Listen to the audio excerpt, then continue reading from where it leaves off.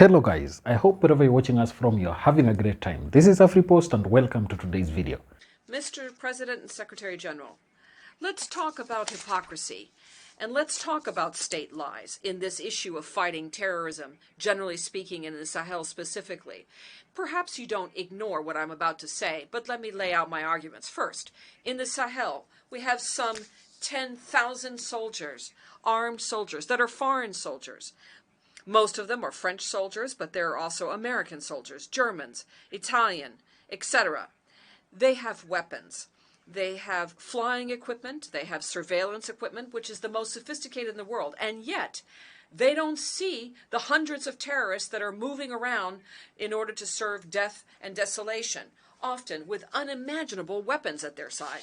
In Mali, in Niger, in Burkina Faso, there is no factory to manufacture weapons nor munitions. So who is recruiting these terrorists? Who is training them? Who is providing them with weapons? Who feeds them and with what means? Do you believe in this philanthropy on behalf of whom the Westerners have sent their armies to the Sahel to die for our beautiful blue eyes? Well, if you believe that, then what justifies the diplomatic irritation and other gesticulation of France when we told them to skedaddle with their armies? The real reason is really about the resources that are underground in the Sahel. Indeed, the National French Assembly voted and enacted Law 057 of 10 January of 1957, which then appeared in the official journal of the French Republic of January 1957, which led to the creation of the Common Organization of the Saharan Region, the OCRS, which brought together the parties of Mali, Burkina Faso, Niger, Mauritania, Algeria, etc. This zone is unparalleled in the world in terms of wealth underground. For example, the water table, the most significant water table in the world, goes from Mauritania to Somalia and goes through Mali, Algeria, Libya, Niger, etc. The newspaper Le Monde in July 1957 put forth the figure of 6 to 7 million tons of oil found below our soil, potentially in the Sahara, in addition to the natural resources that we also have, such as uranium, gold, cobalt, zinc, diamonds, lithium, copper, etc. You, the Westerners, you so much love the Sahel people, so much that you bring your military and your armies to die in the name of democracy, in the name of freedom and human rights and peace. Then why is it that an African continent with some 1.3 billion people and the second largest continent of the world in terms of people, with a number that the interpreter cannot figure out of the number of square kilometers, and 54 states, has no permanent seat within the Security Council? Such a huge continent with so many people and no right of veto. How do you justify that? Does that not go beyond a state crime? Is it not beyond a crime of the UN that is happening? So let's stop with the diplomatic lying, the gross lies, which basically involves imperialist powers coming to the Sahel to defend quote-unquote democracy and human rights. And let's talk about human rights for a minute. Let's remind ourselves here of the first charter in the world on the issue of human rights was the Kurokan Fuga in Mali in 1236. That was the first document that addressed that. And let's go to the second issue, which is Africa does not like to compare deaths.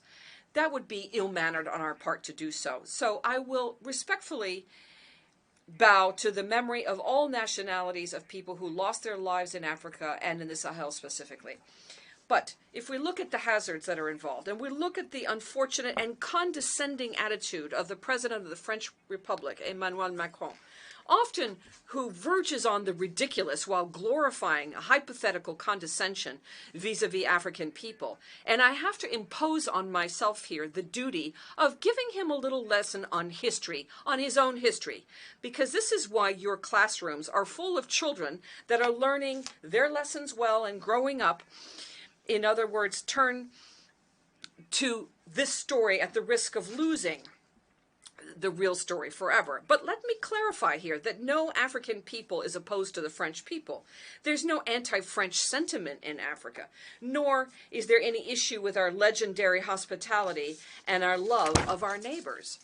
Rather, the African people refuse the condescendence, the arrogance, the insolence, the sufficiency, the paternal attitude, the looting of our resources, and organized crime. That's our problem. Indeed, for your memory, Mr. Emmanuel Macron, first, let me remind you here that through the BBC in England on the 14th of June, 1940, an appeal was launched by your own grandfather, General de Gaulle, to Africa to come and save France from the grip of the Nazis. Let me remind you, 17,000 Malians died during the two world wars. This is a blood debt that France has hidden. And if we look at the book of Bakary Kamian, the professor of the University of Sorbonne in France, says, and in that same document, in page 345, there's a table that looks at the war and the loss of lives in the two wars. People from Mali, Burkina Faso, and Niger, over 82,000 fallen soldiers from those countries in those wars, and over 154,000 soldiers. And this is from a French source, a book by Henri Léger, Report on the End of the AOF Mission, from 1950. It was published. And this is in the archives of Senegal. Please see Annex 5. Now, moving on to the next argument. The 17th November 1986, François Mitterrand, the French president at the time, in response to Captain Sankara said, and I quote, "Africa was looted, and here I'm talking about raw materials. I should have talked about people. For centuries, we exploited you at a human level. We stole your men, your women, your children. We used you. I understand your refusal. I understand your revolt, and I approve of your fight. You are right to refuse to be a sacrifice continent. The time has come for you to develop your own economies based on your own goods and people.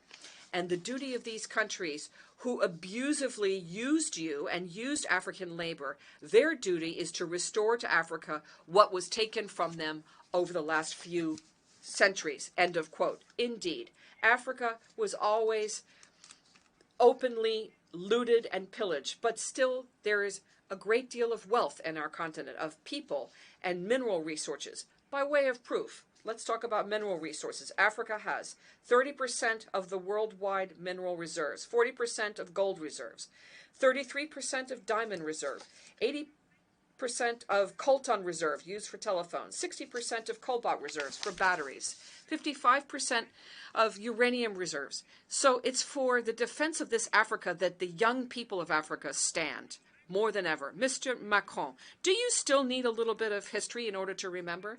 Finally, before the regrettable exit and the unfortunate exit of Emmanuel Macron, the French president, he was attacked by so many other politicians and compatriots who live in the African bosom. But let me remind you here, despite that, Germans have some 83 million inhabitants with a land surface of 340,000 square kilometers, compared to Congo with 95 million inhabitants and over 2,345,000 square kilometers. Belgium has 11 million inhabitants and over 30,000 square kilometers, compared to Gabon with 2.5 million inhabitants and 267,000 square kilometers. France now has 68 million inhabitants and over 672,000 square kilometers, compared to Libya with 2.5 million inhabitants and 825,000 square kilometers. So all of this clearly shows, and I quote, "Peace to his soul. Africa is the only continent in the world where the people sing and dance and applaud those who impoverish them, who starve them, and who torture them. The misfortune of Africa is to have met France." End of quote. It's true that the West was violent with Africa, raped it, and stole from Africa. So what is our share of the responsibility in all of this as African leaders? Is it not us, the African leaders, who have abandoned our identity? Our names have disappeared in order to make way for other names that do not match our realities. We need to reconquer our own culture and take ownership. And that's why today people try to make us believe that our values and our attitudes are not natural and are not part of freedom, and that there will never be a question of homosexuality for us. Let me repeat that. Homosexuality will not take root in our countries. Mr. President, now what's just been described are very unfortunate labels used by the UN that can be summed up as follows. 1.2 million people who are in the depths of poverty. $2.2 billion of the United States money invested in weapons, 20 times the budget of the United Nations invested into nuclear. And all of these should be compared to issues of development. Africa gets from the IMF and the World Bank $34 billion, vis-a-vis $160 billion invested in the West. The paralysis of the Security Council, the paralysis of the World Trade Organization, increasing tensions due to geostrategic repositioning. The World Health Organization, which is increasingly dominated by Western pharmaceutical companies, and trade interests. We see this, for example, with the priority attached in terms of trade to vaccines against COVID-19. The United Nations is more and more in the shadows of its own attempts of being taken hostage by a conglomerate of international powers. Now, by consequent of all this, the African people, generally speaking, and in the Sahel specifically, will fight tooth and nail so that ECOWAS and the African Union and even the United Nations become service institutions truly in the service of the peoples of the world, for the profound emancipation of these peoples and true social progress. Because the lack of these organizations, their inefficiency, their lack of sincerity, their client-based decisions in variable geometry, their crimes, the promotion of bad governance, looting, social disorganization, and corruption all lead unfailingly to coups d'etats, which are then just consequences of all the aforementioned. So let's look at the root causes, which will disappear. If we continue with this, putting our heads in the sand like the ostrich, with this hypocritical form of diplomacy, with state-sponsored crimes and organized crime, state-sponsored lies, constitutional lies, and the making heads of state for Africa, even the United Nations will not be spared this coup d'etat. In this regard, and in order to take our destiny in our own hands, Mali, Niger, and Burkina Faso signed the Partnership of the States of the Sahel, which is abbreviated as the AES. The AES is an architecture that was set up to secure our countries by a treaty with revised authority for development, including the region of Libya-Gourma. Taking into account the security situation and the lack of a partnership, what's at stake here is our own resources and working together in order to eradicate discontinuity in operational maneuvering. Mr. President, I say here with force and firmly, in an intelligible and highly spoken voice, the following. First, we African peoples are profoundly democratic. By way of proof, our attachment to human dignity goes beyond democracy. It transcends it. What we refuse is the lesser democracy, this trap of democracy, which has been extended. Electoral-based democracy, which turned out to be a way of controlling our states through playing musical chairs with the leaders, who are often imposters and corrupt, who steal and rape. Second, we Africans are today recognized in our dignity as people, in the sense of one person is equal to one person. The answer is no. Above and beyond circumstances that have been set forth to put us to sleep, but rather to serve us. SAD is the African and Black continent, which is scientifically recognized as the very cradle of humanity and civilization that has been placed under control and domination.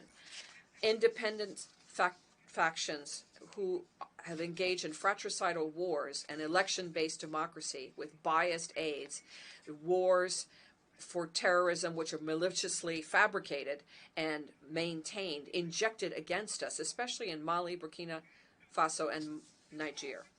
Dominating us, that's what it's all about. Stepping on our necks, as was the case of the unfortunate George Floyd in the United States. Is that democracy?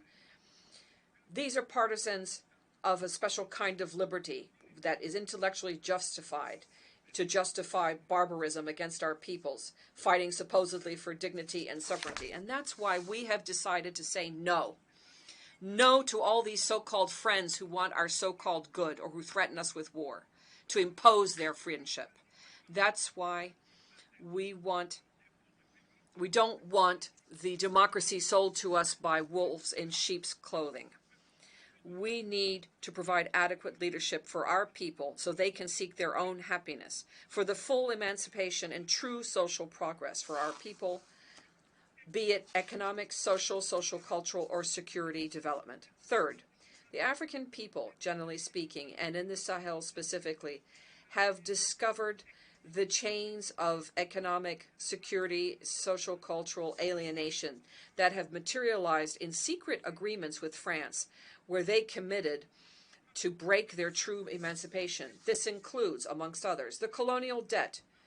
We will not turn a blind eye to this and pay it while allowing our people to die of hunger or thirst or disease. Second, the issue of the currency, the franc CFA. This is called the franc of the French African colonies. This is not African property. Legally speaking, property is the right to be able to dispose of something in the most absolute way, according to Article 544 of the French Civil Code. A patent is therefore held by France on the currency, the French CFA, and therefore it is the property, but it's the property of the African Francophone states. And what's amusing here is that the bills are produced by France for West Africa, and they're different from those of Central Africa, even though it's supposedly the same currency. The same document recognizes the French CFA by Decree 45 of the 26th December 1945, and it was signed, this legislation was signed by Charles de Gaulle, President of the temporary French government, René Pleven, Ministry of Finance, and Jacques Sousnel, the Minister of Colonies at the time. Next, the priority and interest for French companies in bids for public procurement and public offers. And finally, the exclusive right to provide equipment, military equipment, and other types of military officers in colonies. If we ignore that these coups d'etats are often the result of bad governance and constitutional maneuvers in order to provide additional mandates, that will always happen. We need to be lucid about this and root out the real causes and require respect of democratic rules and virtuous governance. 5, the African people don't have a problem with the French people. It's rather French policies and politics we have a problem with, the condescendence. That's what we reject. Refusing an ambassador to Niger is a violation of international law, especially Article 1 and 2 of the Vienna Convention, paragraph 9, on diplomatic relations of 1961. By deciding to refuse artists from Burkina Faso, Mali, and Niger in France, that is a serious undermining of cultural wealth and refusal of recognition. An artist is a psychic doctor, even at long distance. By declaring them, we do not want to have people unemployed, migrants and thieves and so forth in France. We do not want the looting, the cynical looting of our resources. What we want is a sincere recognition of our peoples throughout the world, which includes Burkina Faso, Mali, and Niger, that we should be accompanied in this difficult time on our path towards full emancipation with expression of dignity, honor, liberty, equality, prosperity, justice, and then, of course, peace. Given the situation currently in Burkina Faso, the Burkinabe government has implemented vigorous action to adopt a new development plan, the Action Plan for Stabilization and Development, with 4 main pillars of priorities. First, to fight terrorism and restore territorial integrity. Second, response to the humanitarian crisis. 3, restore the state and improve governance. And finally, national reconciliation and social cohesion. These efforts are geared to providing the Burkinabe population with better living conditions, while commending our partners who have accompanied us. We heartily invite them, those who still have a doubt, or who might be tempted by the false content of reports on what is happening, we invite them to accompany us with the following conditions. Long live the United Nations, long live this 78th session of the General Assembly, long live the people who fight, long live solidarity, long live free Africa, long live the states of the Sahel, long live until victory.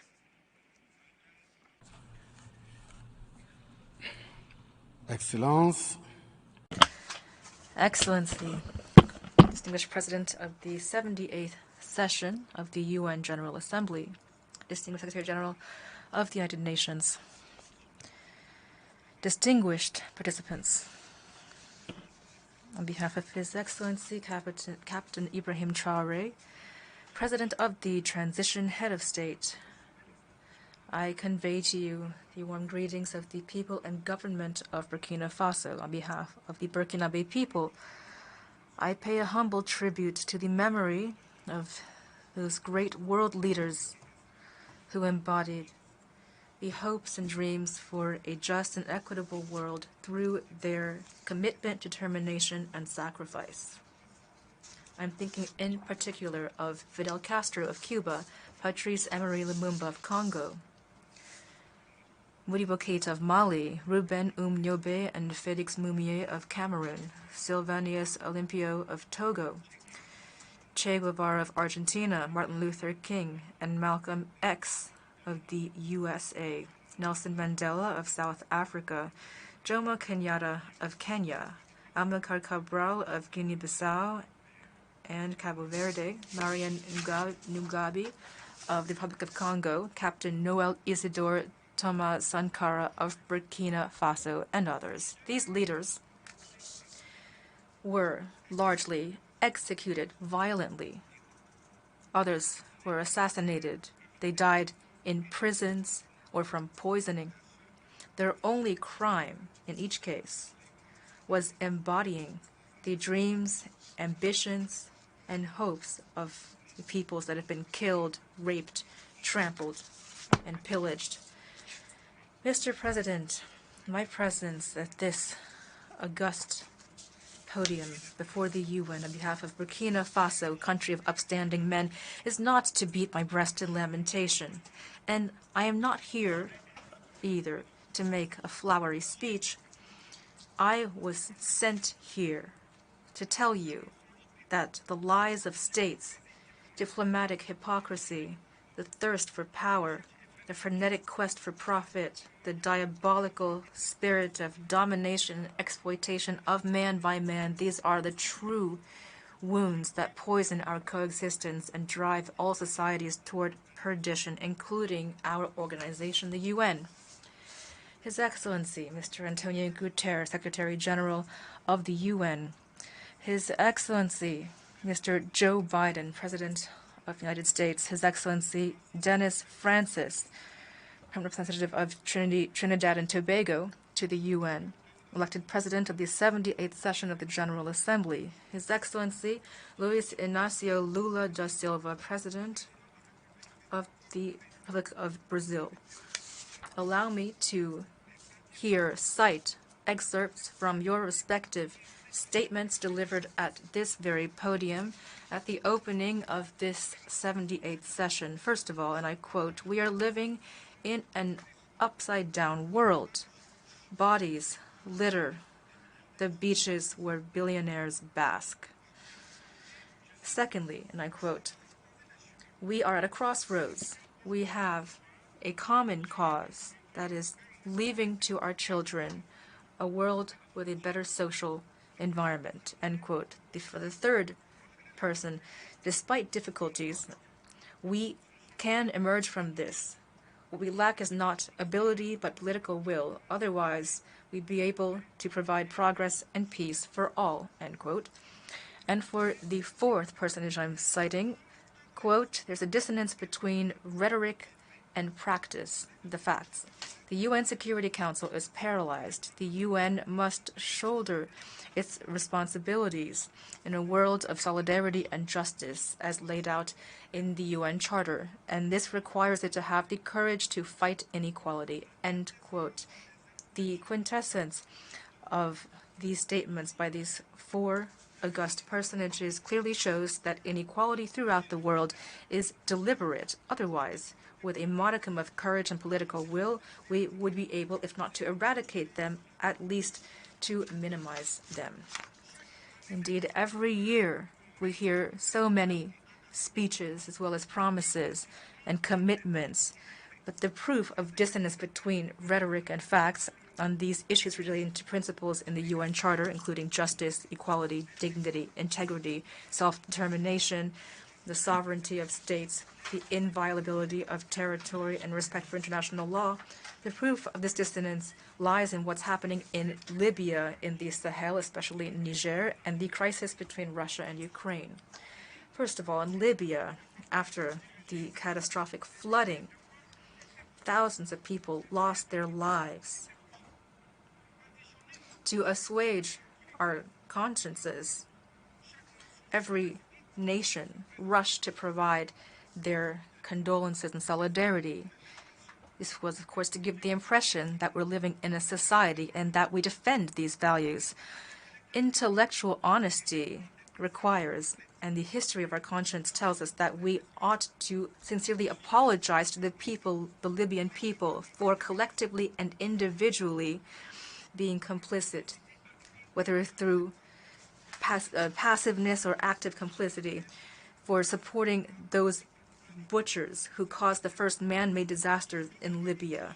It was this disaster that brought Libya to its knees by looting it and by killing its guide before the flooding plunged it into further sorrow. And unfortunately, this human disaster was led by the UN under Resolution 1970, as well as the guilty silence and the complicity of ECOWAS and the African Union. This macabre intervention, with Nicolas Sarkozy's France spearheading the effort, killed the Libyan guide Colonel Muammar Gaddafi on October 20th, 2011. If our condolences to the Libyan people had the slightest bit of common sense and were not hypocritical, then this murderous diplomacy would never have taken place. And now Niger is en route to becoming a second Libya. Next, international relations are tainted by great diplomatic diplomacy with no conscience or morals, dignity or integrity, justice nor peace. And this is proven because there is a clear hunger for devouring prey. Today, we unfortunately must see that, contrary to the good faith statements made at this UN podium, which call for respect for the UN Charter and international law, leaders representing the people of Niger, this brotherly people, were essentially forbidden from accessing the UN headquarters. Burkina Faso strongly condemns this underhanded maneuver, which seems to belong to the practices of the past. And this can only be explained by a loss of essential values needed for any harmonious life in society. The UN should never be used as an instrument in the hands of any country. Pan-Africanist leaders who fought for African unity, our grandparents who fell in dignity, shot by the colonialists, these great sons of Africa who sacrificed themselves for the honor of their continent, who fought fiercely against the slave trade and neocolonialism. All of them have had their eternal rest disturbed when they heard that a handful of exiles, African exiles, are holding Niger hostage. Yes, dear African continent, just a handful of your children have decided to humiliate you through the shameless lies of a state, starting with Niger. And therefore, I issue a sincere and solemn appeal to the people of Senegal, Benin, Niger, Ghana, Chad, Cote d'Ivoire, Guinea-Bissau, and all the people of Africa to stand up in fraternity and solidarity in Africa in order to prevent the imperialists from setting fire to Niger as they did in Libya. President, Secretary General, distinguished participants, at this podium in the UN and before the entire world, I insist that ECOWAS, the African Union, and the UN must become true organizations of peoples instead of structures used by a minority of heads of state. They cannot be used and instrumentalized to destabilize brotherly countries by killing their leaders. This is the only way the UN Charter and international law could have any meaning. And lastly, speaking of the UN Charter and international law, the conflict between Russia and Ukraine is underway and is even desired by certain powers. And several Western countries, especially the US and the European Union, have provided all forms of military support to this conflict.